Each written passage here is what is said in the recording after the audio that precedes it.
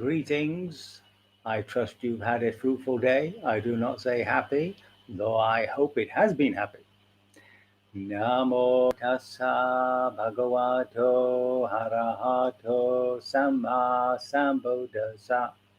Namo tassa bhagavato arahato samma sambuddhassa. Namo tassa bhagavato arahato samma sambuddhassa. Homage to the Buddha, the blessed, noble, and fully self-awakened one.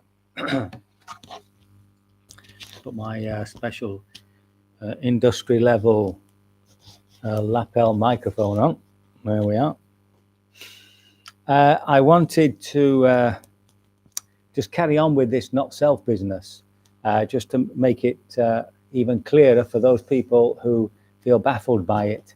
I have had some questions sent me. I hope the questioners will be patient enough to wait a couple of days, because tomorrow I want to actually go through the core discourse on not self, which is the second one traditionally that he gave to his 5 companions. So it's a case of recognizing what the Buddha means when he talks about self. It's translating the word atta in Pali, or the language of that time. And it's still there, of course. Atta in Hinduism, the atta is your eternal soul, whatever. So now it's to do, if we forget the word self for a minute and just talk about identity, right? Identity. What do you identify with? Now, we have all sorts of identities. I'm a father, a son, husband, wife, brother, daughter, workmate, etc., etc. I also have social relationships, which I identify with. My job, I'm a worker, I'm an office worker, etc., etc. But what we're talking about is your existential identity. What are you in the face of death? That's where the answer, that's what we're trying to discover or find out. And there are 2 major opposite opinions. One is that I exist, meaning me, this that I think I am, exists after death in some way, and me, what I think I am, completely annihilates at death. So there's your 2 opposites, right? Now, in between that, you might find people who say, I am the body, and also have some idea of afterlife. I was with a friend down in Cornwall. He's died, unfortunately. I used to go down there and spend some time with him. And he was living with his mother and father. So we're talking about 10 years ago. And we were having a discussion. We were sat on the couch, and his mother and father sat on these separate chairs. And of course, the TV was on. And we were having a discussion about something. And his father was seemingly listening to what was on the television. Anyway, at some point in our supposedly private, quiet discussion, I said to him, well, we're not the body. And his father suddenly burst into this declaration. Yes, we are. You see? And it was such a loud snap that silence and embarrassment descended upon the 4 of us for a little while before we continued our discussion. So ironically, of course, he died that very year. So I don't know what his last thoughts were. So there are some people who believe in some way that they are the body. They are definitely the body. And the more subtle one, of course, is that, no, I'm not the body. That disappears in death. I am my heart mind. Now, the old word for that is soul. That's our word for it. Anima would be the Latin. Psyche would be the, psychology and all that. Psyche would be the Greek for it. So you have body, heart, heart, mind, and then usually you have spirit.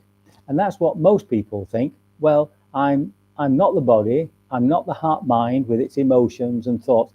I am the one who knows. I am consciousness. So that's your more subtle position of those who think about afterlife. Now, the Buddha says we're not any of that. See, that's the point. And to put it in his categories, he would talk about the 5 khandhas. So there's the body, that's the rupa, and the nama, the mind, includes all your feelings, both physical, mental, pleasant, unpleasant, etc. All your perceptions, your thoughts, your images in the mind, which produces your imagination and thinking. And then you have this section of sankhara, which is translated as volitional formations, because this is where we create things, create with the will, volition. But I much prefer, just a very simple word, our habits, right? It's just the way we perform. And that's what we are, just a compendium of habits, just a group of habits. And consciousness, see?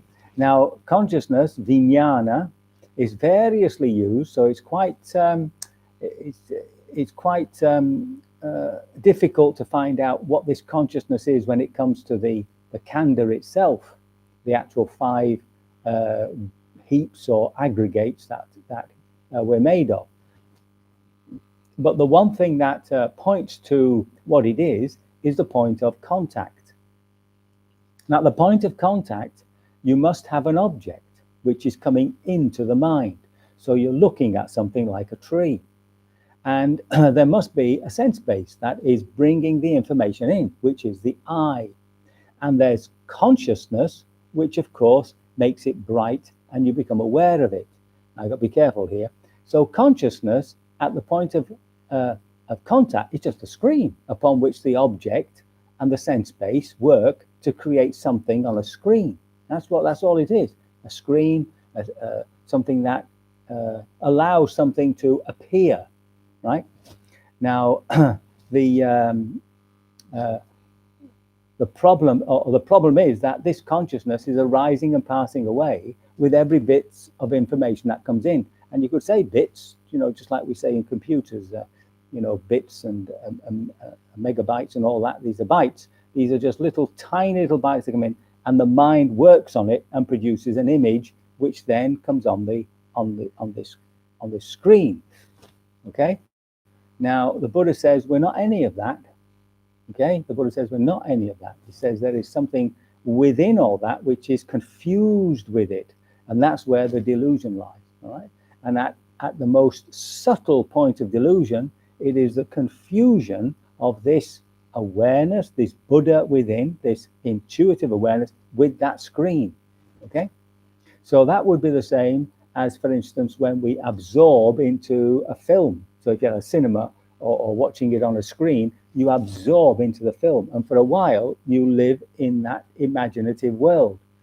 Yeah, and during that time, there's not you or the world or anything. You're completely absorbed. So generally speaking, we're absorbed in the world that is appearing on this screen. Okay, so now, having said all that, if you think about these words that are used here, you see, which sound very confusing. Things like the self exists for me, the no self exists for me.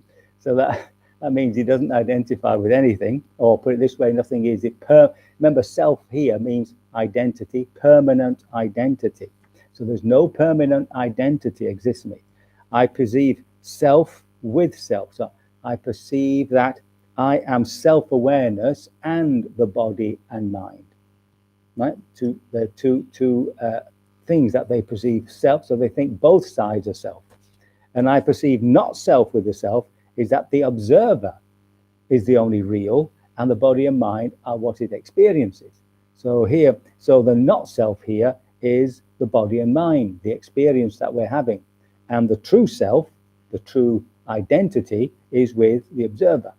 And then you have I perceive self with not self. So here it's the perceived that is the perceiver is not the self, but what is actually perceived. So that's this business of the consciousness being an emergent property. And then finally, there's a full-blown sense of self. It is the self of mind that speaks and feels and experiences here and there the result of good and bad actions. And this self of mine, you see, this identity I have is permanent, everlasting, eternal, not subject to change, and it endures as long as eternity. So that's obviously the self as agent, the feeler, everything you experience now. That's what you are, and that will last forever.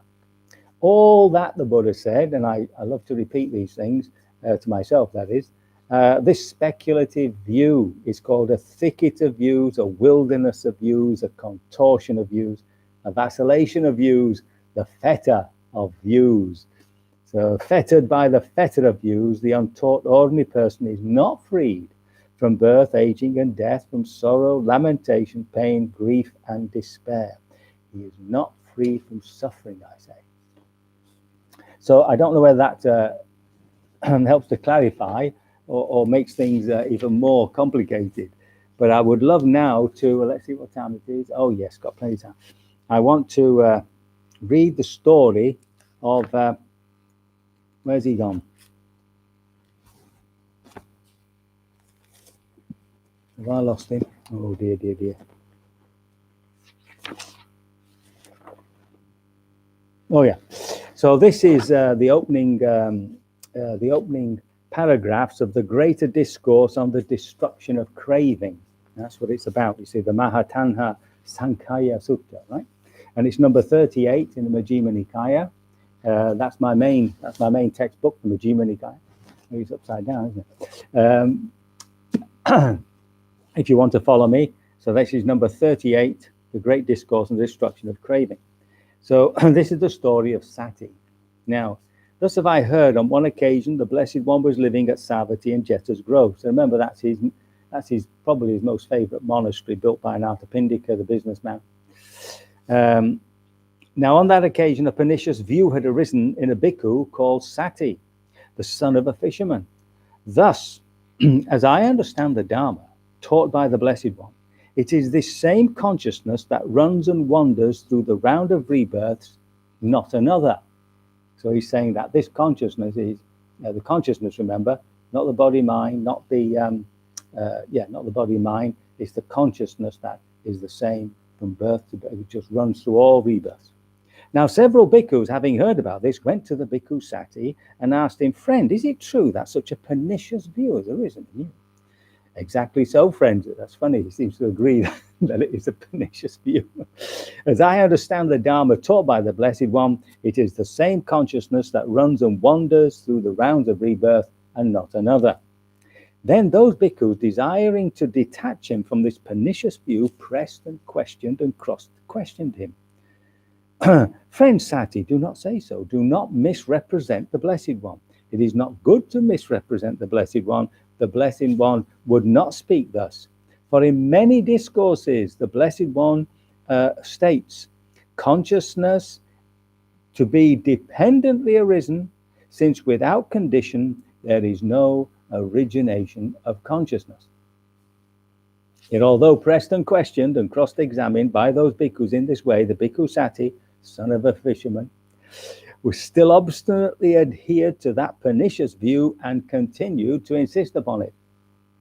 Since the bhikkhus were unable to detach him from this pernicious view, they went to the Blessed One, and after paying homage to him, they sat to one side and told him what had occurred, adding, "Venerable Sir, since we could not detach the bhikkhu Sati, the son of a fisherman, from this pernicious view, we have reported this matter to the Blessed One." Then the Blessed One addressed the certain bhikkhu thus, "Come, bhikkhu, tell the bhikkhu Sati, son of a fisherman, in my name that the teacher calls him." "Yes, Venerable Sir," he replied, and he went to bhikkhu Sati and told him, "Sati, the teacher calls you." Friend Sati. "Yes, friend," he replied, and he went to the Blessed One, and after paying homage to him, sat down at one side. And the Blessed One then asked him, "Sati, is it true that the following pernicious view has arisen in you? As I understand the Dharma taught by the Blessed One, it is this same consciousness that runs and wanders through the rounds of rebirth and not another." "Exactly so, Venerable Sir. As I understand the Dharma taught by the Blessed One, it is the same consciousness that runs and wanders through the rounds of rebirth and not another." "What is that consciousness, Sati?" "Venerable Sir, it is that which speaks and feels and experiences here and now the result of good and bad actions. Misguided man, to whom have you ever known me to teach the Dharma in that way? Misguided man, in many discourses have I stated consciousness to be dependently arisen, since without condition there is no origination of consciousness. But you, misguided man, have misrepresented us by your wrong grasp and injured yourself and stored up much demerit, for this will lead to your harm and suffering for a long time. Then the Blessed One addressed the bhikkhus thus: Bhikkhus, what do you think?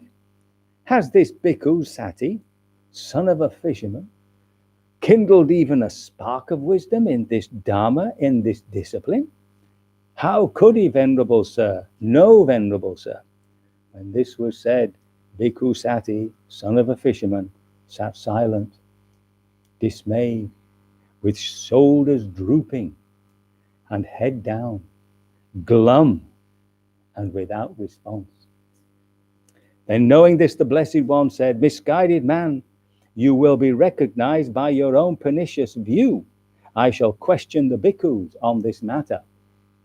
Then the Blessed One addressed the bhikkhus thus: Bhikkhus, do you understand the Dhamma taught by me, that this bhikkhu, the son of a fisherman, does when he misrepresents us by his wrong grasp and injures himself and stores up such demerit? No, venerable sir, for in many discourses the Blessed One has stated consciousness to be dependently arisen, since without condition there is no origination, there is no arising of consciousness. Good bhikkhus, it is good that you understand the Dhamma taught by me thus. For in many discourses I have stated consciousness to be dependently arisen, since without condition there is no origination or arising of consciousness.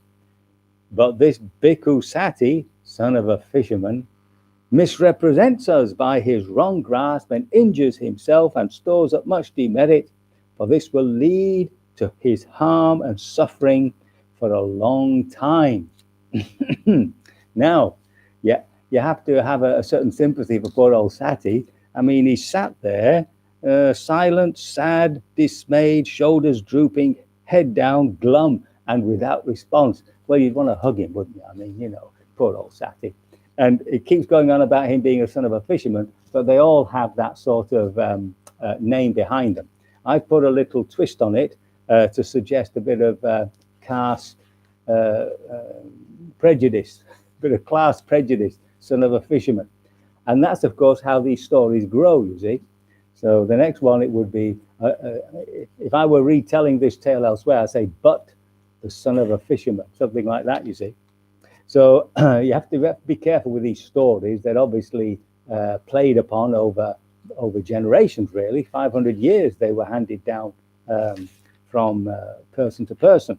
So they obviously change. But I think we can take the root thing, that there was a monk called Sati, who was the son of a fisherman, who got it wrong and made this mistake of thinking that the Buddha was talking about consciousness when he said that there was something eternal in us, something that doesn't die, etc. And when you read the discourses like that, when you know, I have the patience, you just read them through, you know, then of course the core of the teaching keeps coming back at you, you see. And the core of the teaching is obviously consciousness is dependently arisen, since without condition there is no arising, origination of consciousness, right? So that's telling us. Now, unfortunately, then the Buddha goes on about consciousness and dependent origination, and comes and shows us how we can come to an end of craving. But he hasn't let go of Sati, because right at the end of the discourse, the conclusion, bhikkhus, remember this deliverance through the destruction of craving, right? So he's been talking about how to destroy craving as taught by me, as taught in brief by me. But this bhikkhu Sati, son of a fisherman, is caught up in a vast net of craving and a trammel of craving. Poor Sati, he must have sat through all this. Poor man. That is what the Blessed One said, and the bhikkhus were satisfied and delighted in the Blessed One's words. So I think that gets the message home. So tomorrow, what I mean to do is actually look at the core discourse, or the main discourse on not self, which is traditionally the second one that he gave to the 5 companions whom he left, remember, and returned when he was fully awakened. So I'll be doing that.